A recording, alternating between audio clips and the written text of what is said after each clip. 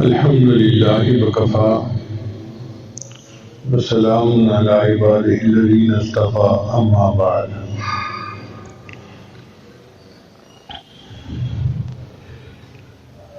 أعوذ بالله من الشيطان الرجيم بسم الله الرحمن الرحيم شهر رمضان الذي أنزل فيه القرآن سبحان ربك رب العزة عما يصفون وسلام على المرسلين والحمد لله رب العالمين اللهم صل على سيدنا محمد وعلى آل سيدنا محمد وبارك وسلم۔ دنیا میں ہم دیکھتے ہیں کہ سال کے موسم بدلتے ہیں، کبھی سردی ہے، کبھی گرمی ہے، کبھی خزاں ہے، کبھی بہار ہے۔ جب بہار کا مہینہ آتا ہے نا تو ہر طرف ہرا بھرا ہوتا ہے، پھول کھلے ہوتے ہیں، پھل لگے ہوتے ہیں، انسان خوشی محسوس کرتا ہے۔ اللہ تعالیٰ نے رمضان مبارک کو بھی باطنی طور پر ایک بہار کا مہینہ بنا دیا ہے۔ چنانچہ نبی علیہ السلام کئی مہینے پہلے سے دعا مانگتے تھے، اللہم بارک لنا فی رجب و شعبان وبلغنا رمضان، اے اللہ ہمارے لیے رجب اور شعبان میں برکت عطا فرما اور ہمیں بخیریت رمضان تک پہنچا۔ اب آپ اندازہ لگائیں کہ اللہ کے محبوب صلی اللہ علیہ وسلم جس مہینے کی آمد کا انتظار کرتے ہوں وہ مہینہ کتنا برکت والا ہوگا، برکتوں کا مہینہ، رحمتوں کا مہینہ، شہر الغفران، مغفرت کا مہینہ ہے۔ لہذا ہمیں چاہیے کہ ہم رمضان مبارک کے لیے ابھی سے تیاری کریں۔ ایسے دنیا میں کوئی تقریب ہوتی ہے نا تو لوگ نہا دھو کے تیار ہو جاتے ہیں۔ شادی کا موقع ہے، دلہن بھی غسل کرتی ہے اور دلہا بھی غسل کرتا ہے۔ کہیں کسی تقریب میں جانا ہے تو لوگ غسل کر کے تیار ہو کے جاتے ہیں۔ اسی طرح رمضان مبارک کے لیے ہمیں باطنی طور پہ غسل کرنا چاہیے۔ اور باطنی غسل کیسے ہوگا؟ جب ہم اپنے گناہوں سے سچی توبہ کریں گے۔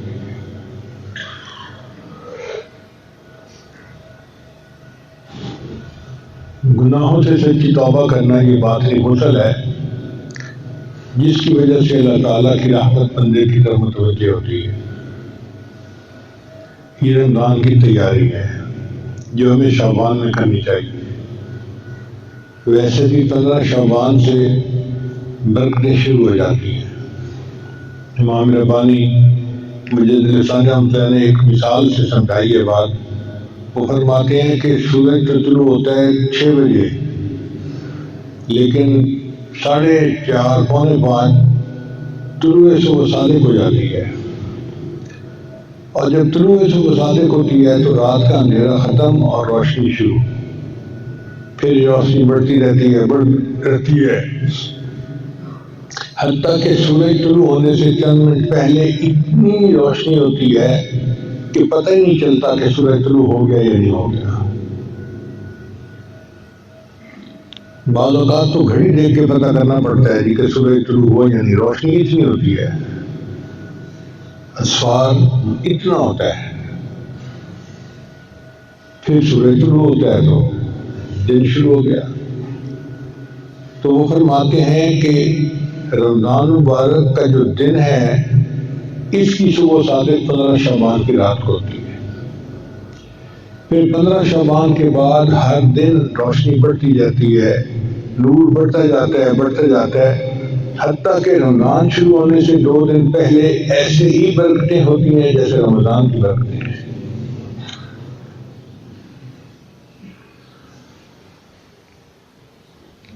پندرہ شعبان کی رات کو اللہ تعالیٰ آنے والے سال کا بجٹ بنواتے ہیں۔ کس بچے نے پیدا ہونا ہے، کس بندے نے فوت ہونا ہے، کس کو خوشی ملنی ہے، کس کو غم ملنا ہے، کس کو صحت، کس کو بیماری، اور یہ لسٹیں بنتی رہتی ہیں، تبدیل ہوتی رہتی ہیں۔ پھر 27 رمضان کو اللہ تعالیٰ یہ فرشتوں کے حوالے کر دیتے ہیں، بھئی اب اس کو امپلیمنٹ کرنا ہے آپ نے۔ اب آپ بتائیں کہ ہم جو ہر وقت روتے رہتے ہیں، رزق کی تنگی، صحت کی مسئلے، فلاں مسئلے، بھائی جب فیصلے ہونے کا وقت ہے اس وقت بھی روز ہو لیتے ہیں. جب اللہ تعالیٰ فیصلہ فرما رہے ہیں اس وقت اگر رو لیں گے تو اللہ تعالیٰ فیصلہ تبدیل کر دیں گے. اب جب ایک دفعہ فیصلہ ہو گیا اور لسٹیں بن کے مل گئی فرشتوں کو، پھر ہم کہتے ہیں تقدیر بدلواؤ، تو بیوقوفی ہے نا ہماری. ہمیں دعا اس وقت کرنی چاہیے جب اللہ تعالیٰ فیصلے فرما رہے ہیں. تو 15 شعبان سے لے کے پورا رمضان 27 رمضان تک کا وقت یہ آئندہ سال کے بجٹ کا وقت ہے. اگر اس میں کوئی تبدیلی کروانی ہے اپنی حاجت کے مطابق تو اللہ سے اس وقت آہوزاری کرے اور اللہ کو منائے، اور اللہ تعالیٰ جلدی مان جاتے ہیں. اللہ تعالیٰ ایسے مہربان ہے کہ بندہ اگر نافرمان بھی ہو جائے تو بھی اللہ بندے کو نہیں چھوڑتے. فرعون کتنا بڑا نافرمان تھا، اللہ رزق دیتے تھے، صحت اس کو اللہ نے دی ہوئی تھی، بادشاہی اس کو اللہ نے دی ہوئی تھی. تو ایسے نافرمان کو بھی اللہ اکیلا نہیں چھوڑتے. تو پھر فرمانبردار کو اللہ کیسے اکیلا چھوڑیں گے؟ اس لیے ہمیں چاہیے کہ ہم اس وقت کی قدر کریں اور خوب عبادت کریں. نبی علیہ السلام نے رمضان شروع ہونے سے پہلے صحابہ کو اکٹھا کیا اور فرمایا کہ تمہارے اوپر قد اضلکم شہر عظیم، ایک عظیم مہینہ تمہارے اوپر آ رہا ہے، ایک مہینہ جو برکتوں سے بھرا ہوا ہے. اب اللہ کے محبوب ہم جب کسی کو عظیم مہینہ کہہ رہے ہوں اور اس کی برکتیں سنا رہے ہوں تو وہ کتنی برکت والا مہینہ ہوگا. اس لیے رمضان مبارک کے لیے ابھی سے ہم ذہنی طور پہ تیار ہو جائیں، اپنی مصروفیتیں آگے پیچھے ایسی کریں کہ رمضان میں ہم سکون سے عبادت کر سکیں. ایک مہینہ عبادت کریں گے اور اس کی برکتیں پورا سال ہمیں اپنی آنکھوں سے نظر آئیں گی.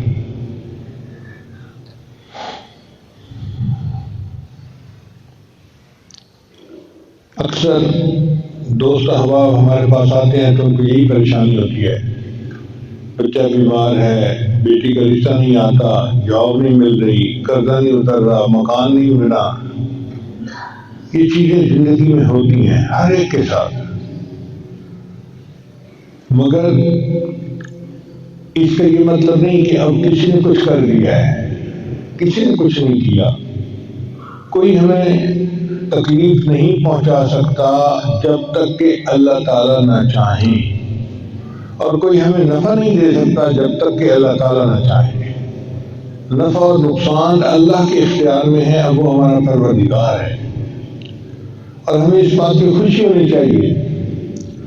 حضرت علی فرمایا کرتے تھے، اے اللہ میرے لیے یہی عزت کافی ہے کہ تو میرا پروردگار ہے، میرے لیے یہی عزت کافی ہے کہ تو میرا پروردگار ہے، اور میرے لیے یہی فخر کافی ہے کہ میں تیرا بندہ ہوں.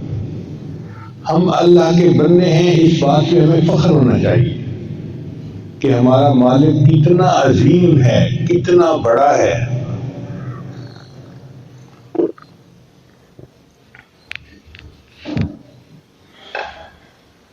تین باتوں پہ مومن کو خوش ہونی چاہیے. رضیت باللہ ربا، اللہ سے میں راضی ہوں کہ وہ میرا رب ہے. وبمحمد النبی، اور نبی علیہ السلام سے میں راضی ہوں کہ وہ میرے نبی ہیں، میرے آقا ہیں. وبالاسلام دینا، اور دین اسلام سے میں راضی ہوں کہ وہ میرا دین ہے. ان تین باتوں پہ ہمیں خوشی ہونی چاہیے. ایمان کی سلامتی کی یہ دلیل ہے کہ انسان اللہ سے راضی ہو کہ اللہ ہمارا رب ہے، نبی اسلام سے راضی ہو کہ وہ ہمارے پیغمبر اسلام ہیں، اور اسلام سے راضی ہو کہ وہ میرا دین ہے. آج ایسا دجالی فتنے کا دور آ گیا ہے کہ لوگ جو ہیں وہ اپنے آپ کو مسلمان کہلوانا عجیب محسوس کرتے ہیں. ان کو شرمندگی محسوس ہوتی ہے، جی ہم کیسے کہیں کہ ہم مسلمان ہیں. پروپیگنڈا دیکھو کتنا ہو گیا. سچی بات تو یہ ہے کہ یہ اللہ کا ہم پر احسان ہے کہ اس نے ہمیں دین اسلام پر زندگی گزارنے کی توفیق عطا فرمائی۔ ہم اللہ کا احسان مانیں گے تو ہمارا ایمان محفوظ رہے گا، اور اگر ہم اسلام کو اپنے لیے پابندیاں اور بوجھ سمجھیں گے تو ایمان سے محروم ہو جائیں گے۔ ایک ذہن میں رکھ لیں بات کہ مدد اگر مانگنی ہے تو اللہ سے مانگنی ہے۔ ہم نے قرآن مجید میں پڑھا ایاک نعبد، اے اللہ ہم آپ کی ہی عبادت کرتے ہیں، وَإِيَّاكَ نَسْتَعِينُ، اور آپ ہی سے مدد مانگتے ہیں۔ اللہ نہیں چاہتے کہ بندہ کسی اور کی عبادت کرے، اس لیے اللہ نے شرک کو ناقابل معافی قرار دے دیا۔ فرمایا ان اللہ لا یغفر ان یشرک بہ ویغفر ما دون ذلک لمن یشاء، اللہ تعالیٰ شرک کو معاف نہیں کریں گے، اس کے علاوہ کوئی گناہ ہوگا ہر گناہ کو معاف فرما دیں گے۔ تو ہم اللہ ہی کی عبادت کریں۔ دیکھیں اللہ نے انسان کے ساتھ کیا مہربانی کی، ہر جانور ہر پرندہ دانا چگنے کے لیے کھانا کھانے کے لیے سر جھکاتا ہے۔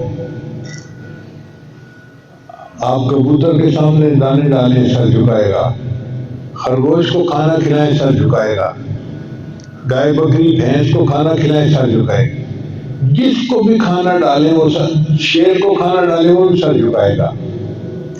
اللہ نے انسان کو اشرف المخلوقات بنایا، فرمایا میرے بندے تیری پیشانی میرے سامنے جھکتی ہے، اب یہ غیر کے سامنے نہیں جھکنی چاہیے۔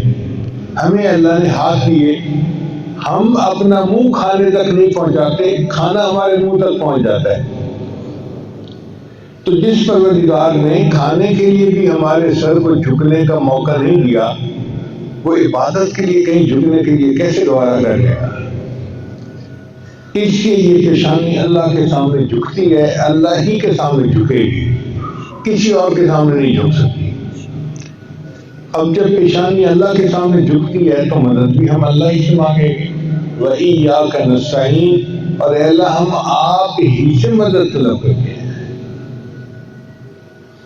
اللہ مدد فرماتے ہیں ہر بندے کی، ہم بھی صبر بن جاتے ہیں اور جلدی اللہ تعالیٰ سے نا امید ہو جاتے ہیں۔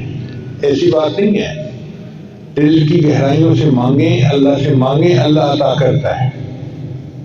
چنانچہ حدیث مبارکہ میں ایک دعا آتی ہے کہ نبی علیہ السلام پر جب کوئی پریشانی مصیبت آتی تھی تو آپ صلی اللہ علیہ وسلم ایک دعا مانگتے تھے، یا حی یا قیوم برحمتک استغیث۔ یا حی یا قیوم یہ اللہ تعالیٰ کے اسماء گرامی ہے۔ تو یا حی یا قیوم برحمتک استغیث، اے اللہ اپنی رحمت کے ساتھ میری مدد فرما۔ جب بندہ اللہ کو مدد کے لیے پکارے گا تو اللہ ضرور مدد فرمائیں گے۔ اب آپ بتائیں قیامت کے دن ایسا ممکن ہے کہ کوئی بندہ یہ کہے یا اللہ میں تو آپ کو مدد کے لیے پکارتا رہا، آپ نے تو مجھے کوئی رسپونڈ ہی نہیں کیا؟ اللہ کسی بندے سے یہ نہیں سنیں گے کہ میں نے پکارا تھا اور مجھے تو جواب نہ ملا۔ اللہ تعالیٰ ہے، وہ ضرور رسپونڈ کرتا ہے، ضرور جواب دیتا ہے، ضرور بندے کی یہ مدد فرماتا ہے۔ ہمیں مانگنا نہیں آتا، ہم الزام ان کو دیتے تھے، قصور اپنا نکل آیا۔ تو اصل بات یہ ہے کہ انسان اللہ کے ساتھ لو لگائے، اللہ بس باقی حوث، اور اللہ کو منائے، اور پھر دیکھیں کہ اللہ تعالیٰ اپنے بندے کی مدد کیسے کرتے ہیں، اس کو کیسے عزتوں سے نوازتے ہیں، اس کو کیسے نیک نیک اعمال کی توفیق عطا فرماتے ہیں۔ دیکھیں یہ اگر ہم رمضان مبارک میں سکون کے ساتھ عبادت کرنا چاہتے ہیں نا تو ضروری ہے کہ ہمارا کام، کاروبار اور رشتہ دار، ان کی صحت وغیرہ سب چیز ٹھیک رہے، تبھی عبادت کر سکیں گے نا۔ اب ایک بندہ ہے، اس کی بیوی ہاسپٹل پہنچ گئی تو کیا عبادت کرے گا رمضان میں؟ تو ہسپتال کے چکر لگائے گا۔ ایک بندہ ہے، اس کے کاروبار میں کوئی نقصان ہو گیا یا اس کو کوئی ڈاکہ پڑ گیا، وہ کیا عبادت کرے گا؟ تو عبادت پرسکون ماحول میں انسان کرتا ہے، اور پرسکون ماحول حاصل کرنے کے لیے ہمیں اللہ کی مدد چاہیے۔ اللہ ہر چیز کو سلامت رکھے، ٹھیک ٹھیک رکھے، تاکہ ہم عبادت کر سکیں۔ اس کے لیے اللہ سے مدد مانگنی چاہیے، اللہ سے دعائیں کرنی چاہیے۔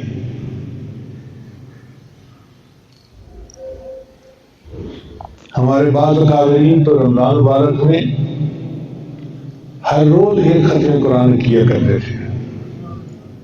امام اعظم ولی رحمۃ اللہ کے بارے میں لکھا ہے کہ رمضان مبارک میں 63 مرتبہ قرآن مکمل کیا کرتے تھے، ایک قرآن مجید دن میں اور ایک قرآن مجید رات میں، تو 60 ہو گئے، 30 × 2 60، اور 3 قرآن مجید تراویح کی نماز میں، تو 63 مرتبہ قرآن مجید پڑھتے تھے رمضان مبارک میں۔ امام شافعی رحمۃ اللہ کے حالات میں لکھا ہے کہ وہ بھی ایک دن میں ایک قرآن مجید پڑھا کرتے تھے۔ اب عام آدمی تو کہا جاتا ہے کہ وہ ذرا سکون سے پڑھے، تھوڑا تھوڑا پڑھے، لیکن حفاظ کے لیے کوئی قید نہیں ہے، وہ اگر ایک دن میں ایک ختم کرنا چاہیں تو وہ کر سکتے ہیں۔ چنانچہ یہ حضرات کرتے تھے، اتنے قرآن مجید کی تلاوت ہوتی تھی۔ نبی صلی اللہ علیہ وسلم نے فرمایا الصیام والقرآن یشفعان، کہ روزہ اور قرآن مجید قیامت کے دن بندے کی شفاعت کرے گا۔ یعنی روزہ جو ہم نے رکھا ہوگا نا، وہ بھی بندے کی شفاعت کرے گا، اور قرآن مجید بھی شفاعت کرے گا کہ یا اللہ یہ بندہ میری تلاوت کرتا تھا، اس کو جنت عطا فرما دے۔ بلکہ جنت کے مختلف دروازے ہیں، ان میں سے ایک دروازے کا نام ہے باب الریان۔ جو لوگ اچھے انداز سے روزہ رکھنے والے ہوں گے تو ان کو اللہ تعالیٰ باب الریان سے جنت میں داخل کر دیں گے۔ اب یہ باب الریان سے جنت میں داخل ہونے والا مسئلہ عجیب ہے۔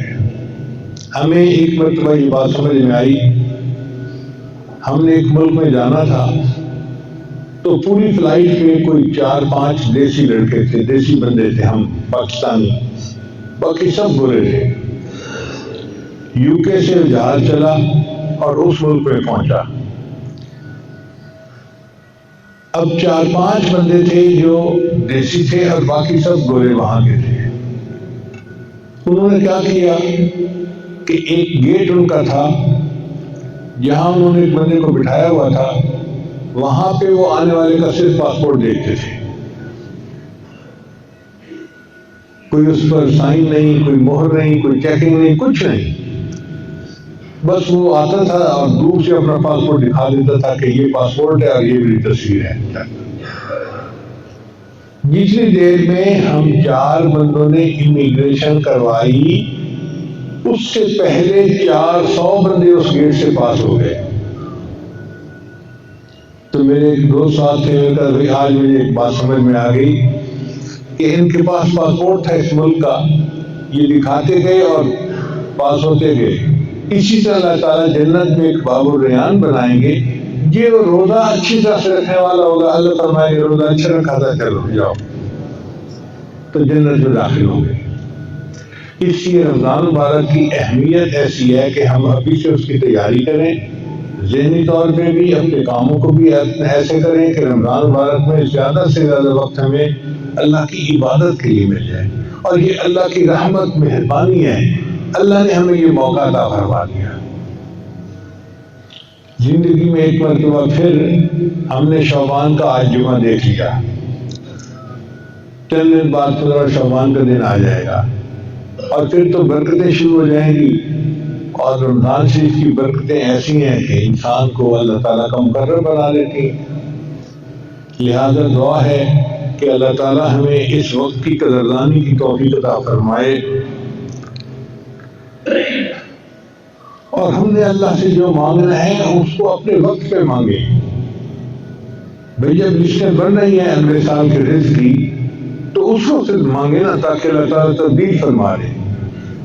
بہت سارے نوجوان ہیں جو کہتے ہیں جی کہ شادی کے لیے پیسے نہیں ہیں، یا اچھا رشتہ نہیں ملتا، یا بہت ساری بچیاں ہیں جو کہتی ہیں جی کہ رشتے نہیں آتے۔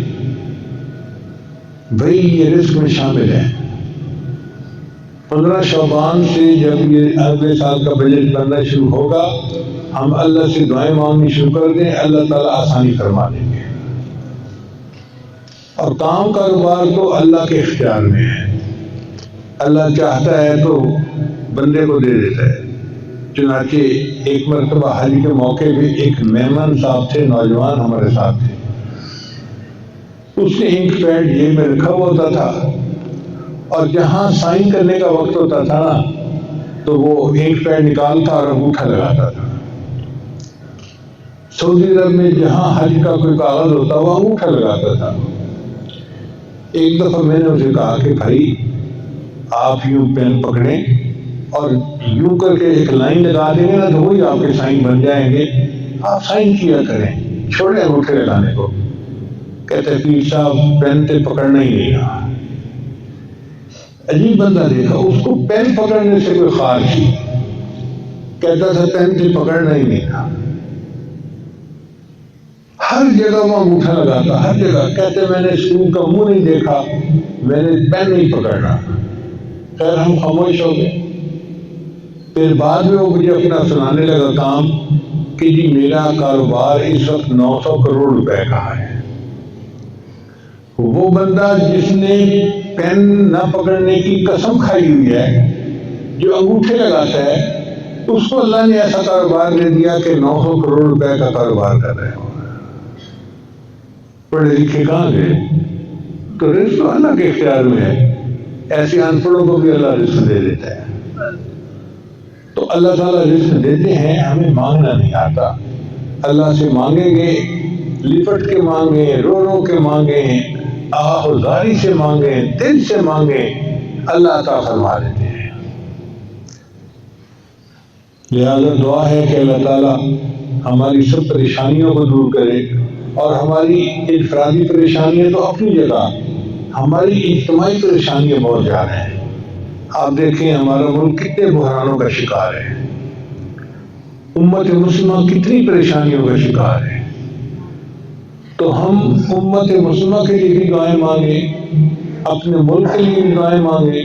یہ جو مہنگائی کا عذاب آیا ہوا ہے نا، اللہ اس سے نجات عطا فرما دے، اور اللہ ہمیں اپنی یاد والی زندگی عطا فرما دے۔ اللہ تیرے بنا بھی کیا جینا، اللہ کے سوا زندگی کا کیا مزہ ہے۔ لہذا یہ آنے والے دن اللہ کی یاد کے دن ہیں، ابھی سے کوشش شروع کر دیجیے کہ اللہ تعالیٰ ہمیں عبادت خلوص کے ساتھ، خشیت کے ساتھ، سکون کے ساتھ کرنے کی توفیق عطا فرمائے، اور نفس شیطان کے مکر و فریب سے اللہ ہمیں محفوظ فرمائے۔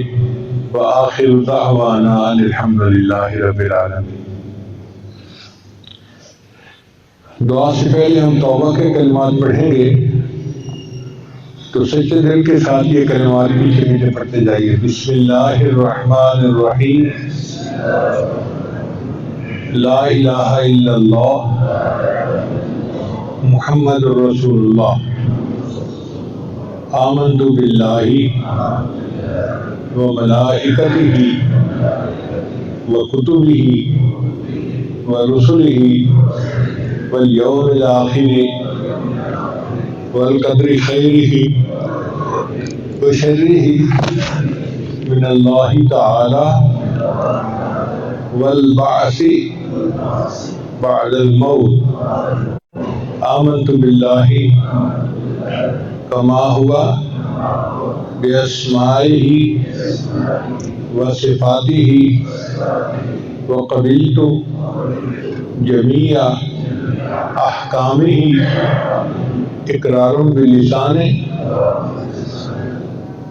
وتصدیق بالقلب، اشہد ان لا الہ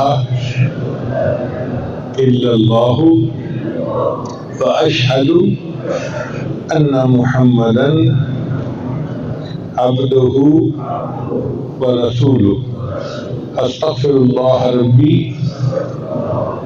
من کل ذنب واتوب الیہ برحمتک یا ارحم الراحمین۔ ان کلمات کو پڑھنے سے ہم تو متعارف ہو چکے ہیں، چند معمولات ہیں جن کو باقاعدگی سے کریں گے تو اللہ تعالیٰ دل کو منور فرمائیں گے۔ پہلا عمل ہے 100 مرتبہ استغفار صبح شام پڑھنا، دوسرا عمل ہے 100 مرتبہ درود شریف صبح شام پڑھنا، تیسرا عمل ہے قرآن مجید کی تلاوت روزانہ کرنا، چوتھا عمل ہے چلتے پھرتے ہر وقت دل میں اللہ کو یاد کرنا، اور پانچواں عمل ہے 20 منٹ صبح 20 منٹ شام مراقبہ کرنا۔ مراقبہ کا طریقہ بہت آسان ہے۔ جب آپ نماز پڑھ کے فارغ ہوں تو آنکھیں بند کر کے اللہ سے لو لگا کے بیٹھیں کہ اللہ کی رحمت آ رہی ہے، دل میں سما رہی ہے، دل کی ظلمت اور سیاہی دور ہو رہی ہے، اور میرا دل اللہ اللہ اللہ اللہ کہہ رہا ہے اور میں سن رہا ہوں۔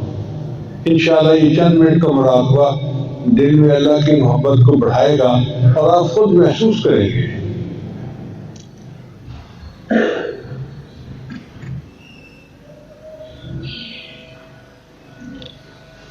دعا کر لیجیے۔ سبحان ربی العظیم اللہم صلی علی سیدنا محمد وعلی آل سیدنا محمد ربنا ظلمنا انفسنا وإن لم تغفر لنا وترحمنا لنكونن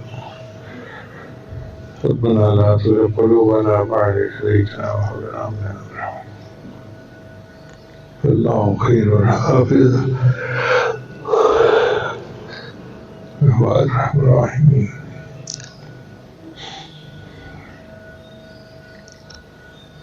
اے اللہ جتنے دوست احباب دور قریب سے آئے ہیں سب کی حاجات کو پورا فرما، سب کی نیک مرادیں پوری فرما۔ اللہ ہمیں پریشانیوں سے محفوظ فرما، مصیبتوں سے محفوظ فرما۔ اے اللہ بندے آپ ہی کے ہیں، آپ کے سوا کوئی حاجت روا نہیں اور آپ کے سوا کوئی ہمارا مشکل کشا نہیں۔ اے اللہ ہمارے حال پر رحمت کی نظر کر دیجیے۔ اے اللہ ہماری پریشانیوں کو دور کر دیجیے، بیماریوں کو ختم کر دیجیے۔ اے اللہ ہمارے کاموں کی رکاوٹیں دور کر دیجیے۔ اے اللہ جو حضرات جو دل میں امیدیں لے کے آئے ہیں اے اللہ سب کی مرادوں کو اپنی رحمت سے پورا فرما۔ پروردگار عالم ہم پر رحمت کی نظر فرما۔ اے اللہ آپ کو آپ کی کبریائی کا واسطہ، آپ کو آپ کی خدائی کا واسطہ، اللہ ہمیں جدائی کے عذاب سے محفوظ فرما۔ ہماری ان دعاؤں کو اپنی رحمت سے قبول فرما۔ پروردگار عالم رحمت کا معاملہ فرما۔ اے اللہ آپ تو عظیم ہیں، ہمارے گناہوں کو نہ دیکھیے، اپنے کرم کو دیکھیے، اپنی رحمت کو دیکھیے، اپنی عظمت اور کبریائی کو دیکھیے اور ہم پر رحمت کی نظر فرما دیجیے۔ ہماری ان دعاؤں کو اپنی رحمت سے قبول فرما۔